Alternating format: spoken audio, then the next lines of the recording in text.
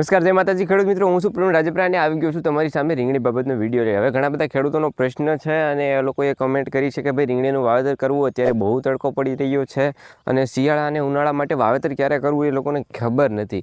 તો ખેડૂત મિત્રો, જ્યારથી પણ આપણે રીંગણીનું વાવેતર કરીએ છીએ અને અમે જ્યારથી વાવેતર કરીએ છીએ એ બધો આજે તમને અનુભવ કહીશ અને ખાસ કરીને ખેડૂતો માટે હિતાયષી છે.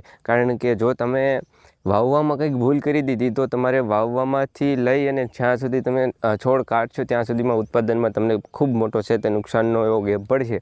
એટલા માટે ખાસ કરીને વાવેતરમાં કઈ ધ્યાન રાખવાની છે ને એ તમારે આ જવાનું છે. ખાસ કરીને ક્યારે વાવવી રીંગણીની શિયાળા માટે અને ઉનાળા માટે એની માહિતી આજના વિડીયોમાં છે. તો જે પણ ખેડૂતોને એ માહિતી જોઈએ છે એ લોકો વિડીયો જોઈ શકે.